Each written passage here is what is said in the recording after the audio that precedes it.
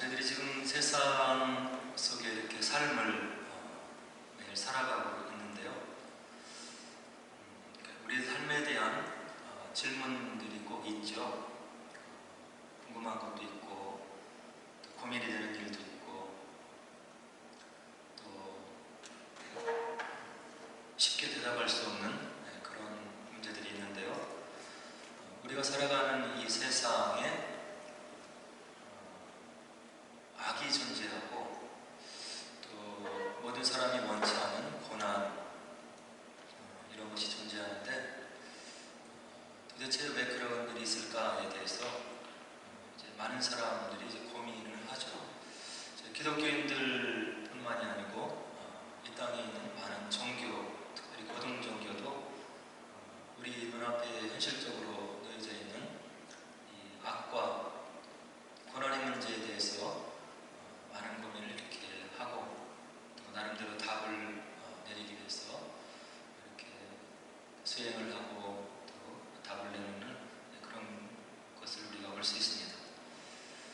그래서 이제 이런 종교인들이 고민을 하면서 세상에 엄연히 존재하는 실존하는 그 악과 고난에 대해서 이런 대답을 내놓고 있는 거죠. 신은 착한데 좋으신 신인데 전능하지는 않을 수 있다. 혹은 신은 전능하시긴 한데 선하시지는 않을 수 있다. 이렇게 답을 내리고 있는 거예요. 근데 이런 답이 실존하는 악과 고난에 대해서 일면의 답은 될 수 있지만 신이라고 하는 그런 개념에 맞지 않는 그런 답들이잖아요. 신이라고 하면 인간과는 달리 자비가 무한해야 되고 또 능력이 한이 없으셔야 되고 그래야 저희들이 피조물과 달리 이렇게 신으로 섬길 수 있는 그런 여지가 있는데 고민 끝에 내놓는 이런 답들이 우리의 갈증을 더 이렇게 깊게 하는 그런 것을 볼 수 있습니다. 우리 기독교인들도 이제 마찬가지인 거예요.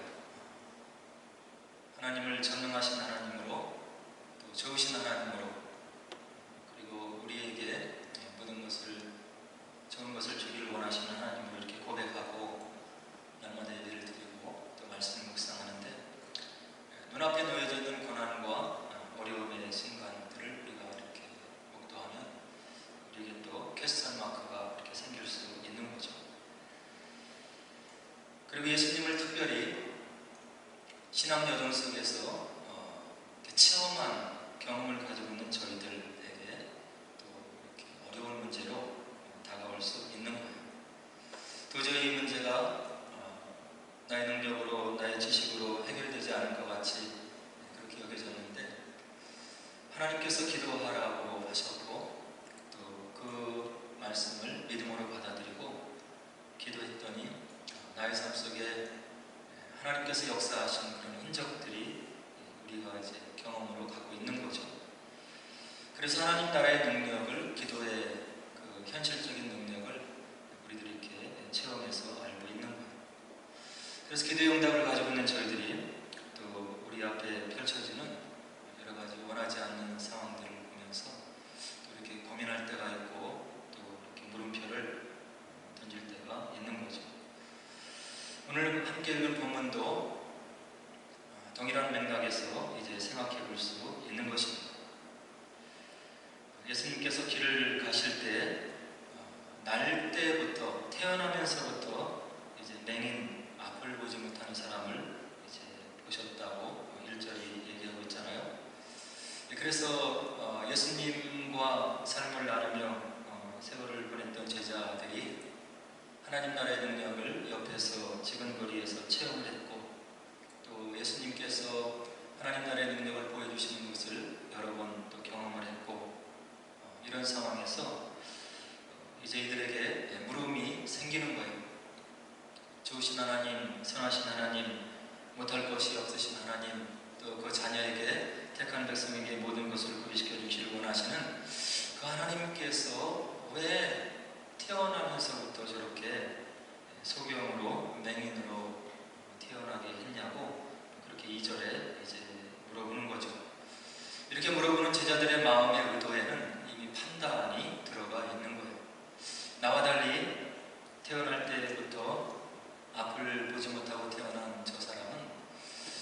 뭔가 죄가 있는 것이 아닌가, 자신의 죄가 아니면 아마도 부모가 무엇인가를 잘못했기 때문에 자녀가 저렇게 태어난 것 같다, 이런 판단이 있는 거죠.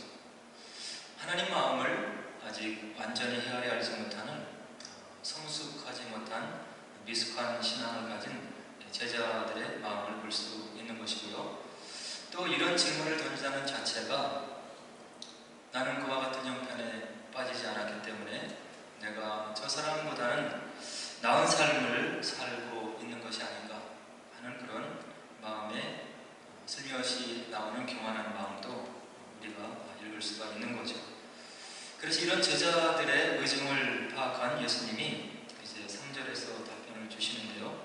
뭐라고 하셨냐면, 분명하게 이 사람이나 그 부모의 죄로 인한 것이 아니고 그에게서 하나님이 하시는 일을 나타내고자 하심이라, 이렇게 얘기를 하면서 제자들에게 답변을 주시고 있는 거예요. 그래서 내가 당면한 삶을 살아가고 하나님 앞에 내가 바로 서기 위해서 내 삶을 하나님 앞에 어떻게 살아갈 것인지를 내가 고민할 뿐인 거지, 내 주변에서 일어나는 저런 일들에 대해서 내가 함부로 판단하거나 또 평가하거나 그를 정죄할 것이 아니라고 하는 하나님의 절대 주권을 너희들이 인정하고 너희들에게 주어진 삶을 살아가야 된다고 하는 그런 말씀을 3절에서 이제 이야기를 해주시고 있는 거예요. 그리고 이제 우리 주님께서 당신에 대해서 뭐라고 얘기를 하시냐면, 나는 세상에 빛으로 오신 그런 분이다, 이렇게 얘기를 하시면서, 이렇게 얼룩진 구석이 있고 낮과 같이 밝은 면이 있는가 하면 또 병과 질병과 악이 존재하는 어둠의 구석이 있는 이 세상에 내가 치유하고 또 하나님의 뜻으로 회복하기 위해서 오신 그런 분이라고 얘기를 하시면서 이제 그 소경을 고쳐주시는 예수님의 모습을 우리가 이제 7절에서 볼 수 있는 거죠. 하나님께서 믿음이 없는 사람들의 믿음을 돕기 위해서 직접 행위를 하시는데 뭐라고 하시냐면, 땅에 침을 뱉어서 진흙을 이겨서 이 소경 맹인의 눈에 이제 발라주시고 또 명령을 하세요. 실로암 못에 가서 씻으라고 이렇게 하시죠. 무언가 연기를 하시면서 하나님의 능력으로 이 소경이 하나님의 뜻 가운데 치유받을 수 있다고 하는 것을 예수님께서 이런 모습으로 보여주시면서 이제 제자들에게 말씀을 해주시고 있는 거예요. 그래서 소경이 이 말씀에 순종해서 가서 씻었더니 밝은 눈으로 왔더라고, 이렇게 이야기를 해주고 있는 거죠. 7절에서 그래서 치유와 기적을 낳게 하는 순종하는 믿음의 능력에 대해서 또 오늘 본문이 분명하게 알려주고 있는 거예요. 예수님께서 침을 뱉어서 진흙을 일겨서 눈에 바르시고 실로암에 가 씻으라 했을 때 그 말을 오늘 믿고 순종해서 그 믿음대로 눈이 떠질 수도 있지만, 왜 직접 말씀하셔서 나에게 눈을 뜨게 하시지 이와 같이 구차하게 진흙을 또 침을 뱉어서 바르시고 실로암까지 가서 씻으라고 하느냐 하는 마음으로, 마치 이전에 시리아의 나아만 장군같이 마음의 불평 섞인 마음을 가질 수도 있었을 것인데, 오늘 본문에 나온 소경 12맹인은 그 말씀에 순종해서 갔다고 얘기를 하고 있고요. 그리고 말씀하신 대로 씻고 그리고 순종을 통해서 믿음을 통해서 그의 눈이 다시금 소생됨을 오늘 본문이 우리들에게 분명하게 알려주고 있는 거죠. 그래서 예수님께서는 이런 치유 사역을 통해서 하나님께서 보내주신 메시아이심을 이 땅에 사시는 동안에 분명하게 알려주시고 있는 거죠. 예수님께서 이제 30년 세월을 지상에서 준비하시고 이제 그분의 공생의 하나님의 종으로서 메시아로서의 사역을 감당하시기 전에 누가복음 4장에 가보면 나사렛 회당에 들어가서 예수님께서 그 회중들 앞에서 성경책을 펴서 읽으시고 이것이 오늘 너희 귀에 응했다고 이렇게 하시는 장면을 우리가 누가복음 4장에서 볼 수 있는 거예요. 예수님께서 공생애를 시작하실 때 이 나사렛 회당에 들어가서 두루마리 성경을 들고 읽은 부분이 어디냐면 이사야서 61장 1절로 2절 말씀인데요. 뭐라고 되어 있냐면 주 여호와의 영이 내게 내리셨으니 이는 여호와께서 내게 기름을 부으사 가난한 자에게 아름다운 소식을 전하게 하려 하심이라. 나를 보내사 마음이 상한 자를 고치며 포로된 자에게 자유를, 갇힌 자에게 노임을 선포하며 여호와의 은혜의 해와 우리 하나님의 복의 날을 선포하여 모든 슬픈 자를 위로하되. 이사야서 61장 1절로 2절 말씀은 앞으로 오실 예전 가운데 은혜 가운데 약속 가운데 오실 메시아가 어떤 사역을 감당할 것인지를 분명하게 우리들이 들어서 알 수 있도록 표기하고 있는 그런 여호와의 은혜의 해를 선포하는 메시아의 사역을 분명하게 기록해 놓고 있는 그런 구절인데요. 예수님께서 그분의 공생애를 시작하실 때 나사렛 회당에 들어가셔서 이 책을, 이 부분을 펼쳐서 이제 읽었다고 하는 이야기죠.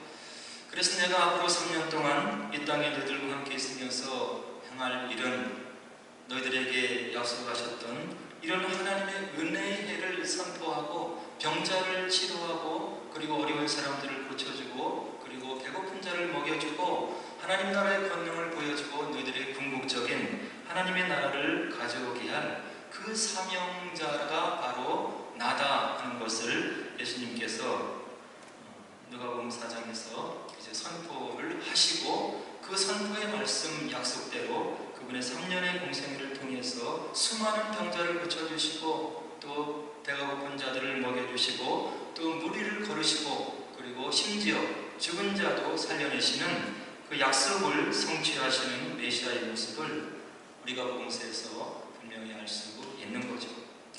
그래서 2000년 전에 행하셨던 이런 예수님의 여러 가지 메시아로서의 사역을 오늘 저희들이 하나님 말씀을 읽으면서 믿음을 가지고 순종하고 우리의 삶 속에 일어나는 여러 가지 고난과 역경과 혼란의 문제를 가지고 기도하면 그 약속의 말씀이 우리 삶 속에서 그대로 다시 또 성취된다고 하는 그런 믿음의 법칙을 우리가 성경을 통해서 알 수 있는 거죠. 그래서 이제 예수님의 지침대로 실로암에 가서 눈을 뜨고 온 맹인을 주변의 사람들이 이제 보고 이제 묻는 거예요. 뭐라고 얘기를 합니까? 8절에 이는 앉아서 구걸하던 자가 아니냐? 눈이 멀어서 활동이 불편해서 다른 것은 할 수 없고 구걸을 통해서 생명을 연장하던 우리가 알던 그 맹인 소경이 아니더냐? 그때 9절에 사람들 사이에 이제 논쟁이 일어나는데 뭐라고 합니까? 어떤 사람은 그 사람이라 하며 어떤 사람은 아니라 그와 비슷하다 하거늘. 눈을 감았던 사람이 눈을 뜨니까 이것이 비슷한 사람인 것 같기도 하고 그 사람인 것 같기도 하고 이렇게 그 이적이 일어난 주변 사람들이 서로 논쟁을 하고 변론했다고 하는 그런 장면들을 구절이 우리들에게 분명하게 알려주고 있는 거예요.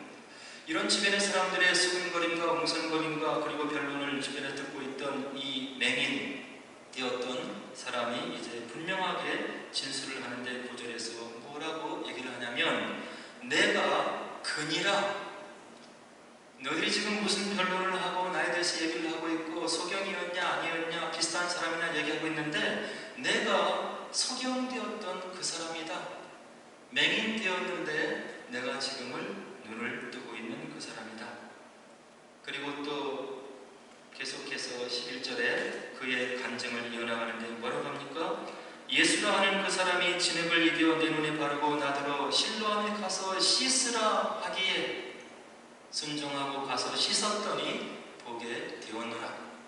자신에게 일어난 기적 같은 역사들, 자신의 생애를 얽매이고 있었던 그런 암울한 역사를 한순간에 떨쳐버릴 수 있었던 것은 바로 예수 그리스도를 통해서 내가 이와 같은 은혜를 입었고 지금 내가 보게 되었다고 그가 분명하게 여러 무리들 앞에서 간증하는 것을 11절에서 우리가 볼 수 있는 거예요. 우리들의 믿음에 대해서, 예수님에 대해서, 섬김에 대해서, 우리 신앙생활에 대해서 주변에서 이렇게 저렇게 얘기를 할 수 있고 왜 이렇게 어리석은 부분이 있느냐 혹은 왜 이렇게 뭐뭐한 일을 하느냐 하는 그런 비방과 도전들이 있을 수 있지만 저와 여러분들이 만난 예수님께서 우리 삶 속에 분명히 믿음의 믿음의 한순간으로 각인되어 있기 때문에 누가 어떤 얘기를 해도 우리는 분명하게 내가 이러한 사람이었는데 은혜 가운데 믿음 가운데 말씀에 순종해서 나의 삶 속에 역사하시고 그리고 이루어진 하나님 나라의 역사가 이러하노라고 저와 여러분들도 분명하게 이야기를 해줄 수 있다고 한다는 이야기.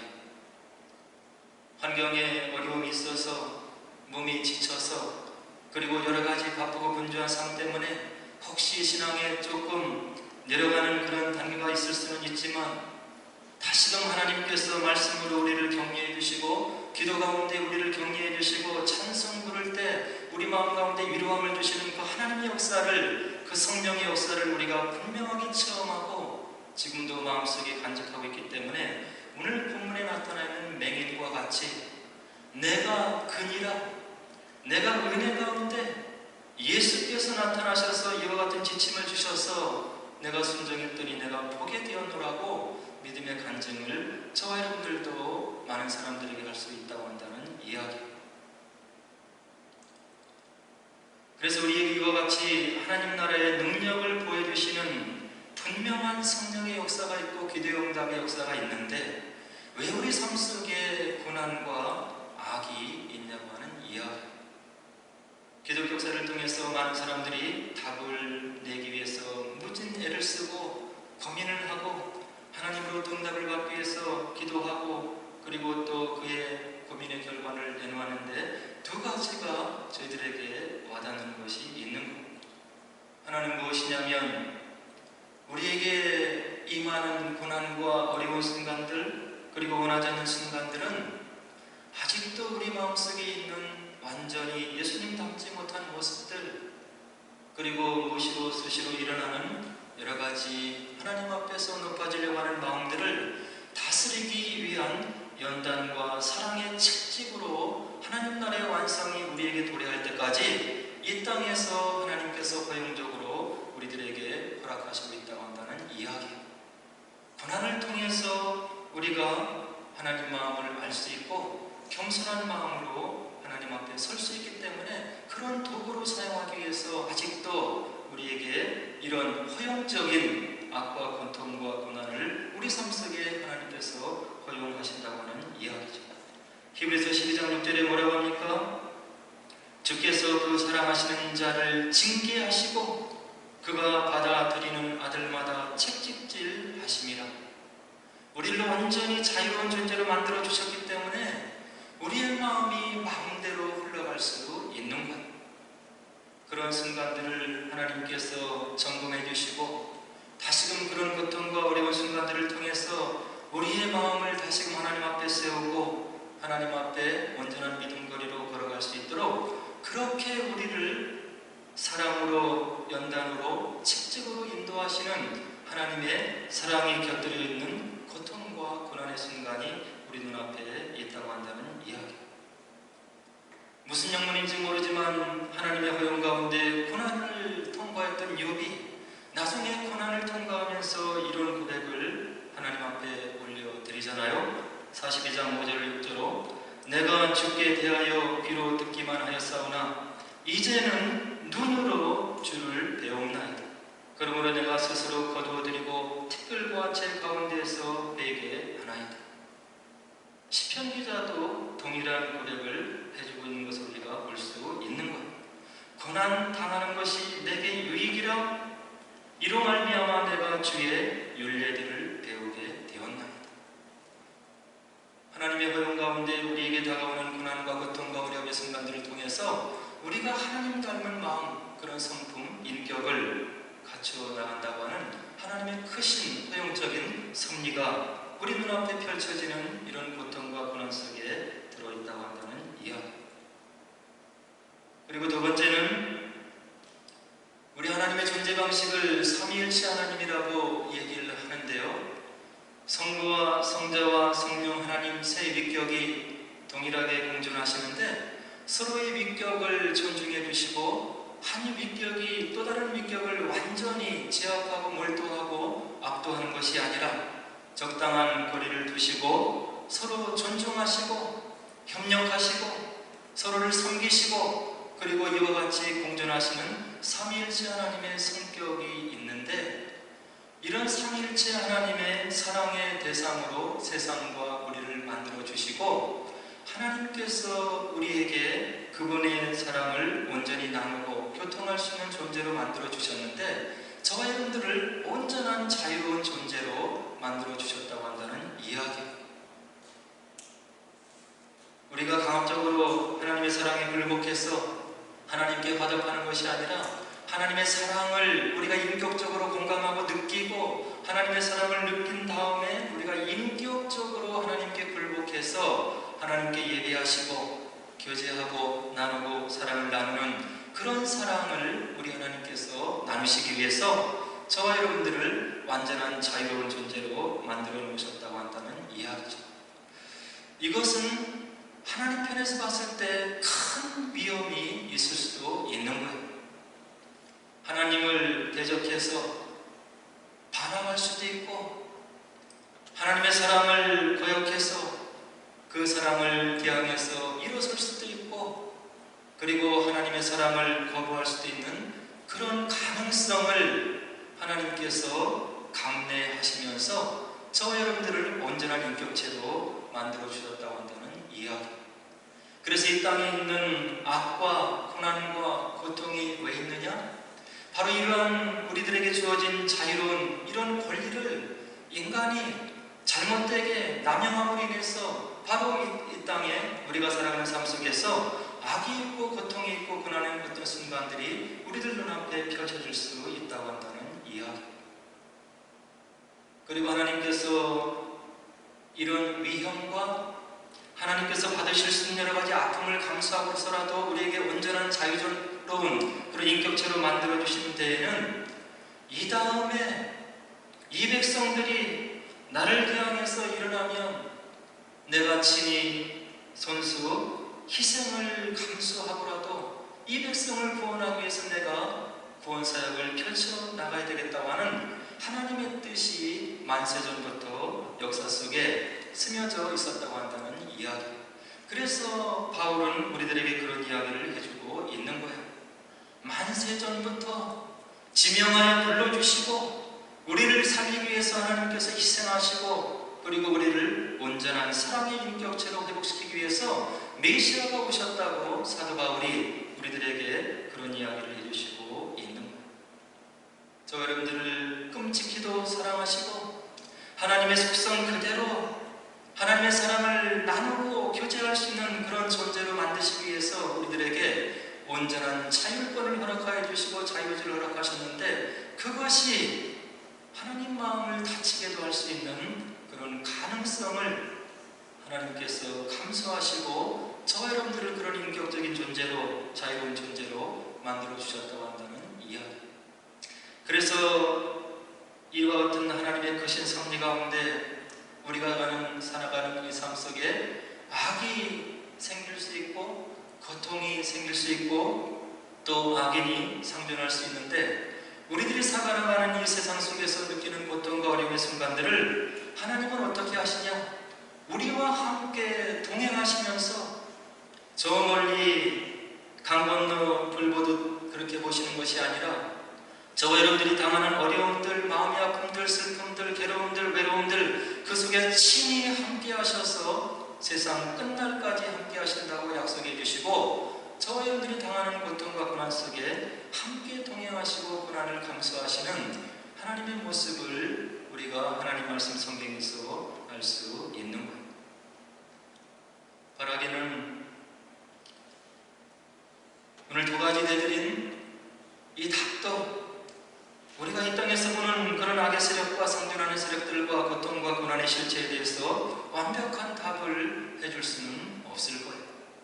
신비한 것은 하나님께 속했고 인간은 그렇지 못하기 때문에 여전히 물음표가 있을 수 있지만, 하나님 말씀이 우리에게 보여주시는 이런 신비한 대답들을 우리가 마음속에 담으시고 우리 인생 여정 속에서 혹시 원하지 않는 고통의 순간, 원하지 않는 고난의 순간이 다가오면 하나님께서 내 마음속에 걸러내기를 원하시는 그런 찍기가 무엇인지를 돌아보는 지혜로운 백성들이 되어야겠고, 그리고 하나님께서 저 여러분들을 로봇과 같이 만들지 않으시고 온전한 자율적인 존재로 만들어주신 그 은혜에 감사하면서 하나님의 때에 지금은 이해할 수 없지만 이 고난과 고통과 아픔과 어려움들이 해석이 되고 다시 욥과 같이 믿음의 고백으로 우리 삶 속에 드러날 그런 날이 있을 것을 믿으시고 우리가 믿음의 걸음을 담대히 걸어가야 되겠다 하는 생각을 오늘 말씀을 통해서 우리가 알 수 있는 거예요. 이 맹인이 자기의 죄인지 부모의 죄인지를 물어보지 말라. 하나님의 뜻을 드러내기 위해서 그렇게 한 것이니 너희들의 삶을 너희들이 걸어가야 되는 것이다. 너희들과 하나님이 동행하실 것이다. 고통 가운데, 외로움 가운데, 아픔 가운데 하나님께서 동행하시면서 말씀으로 위로하시고 너희들이 그 하나님을 인정하고 기도할 때 기도 가운데 성령께서 너희들 마음을 위로하시고 너희들을 지도하시고 격려하시고 삶을 통해서 영광 받으신다고 하는 하나님의 언약의 말씀을 꼭 잡으시고 우리 이 땅의 삶을 믿음으로 승리하셔서 주님의 뜻을 온전히 이루어드리는 복된 성도 여러분 되기를 주의 이름으로 간절히 축원을 드립니다. 함께 기도하도록 하겠습니다.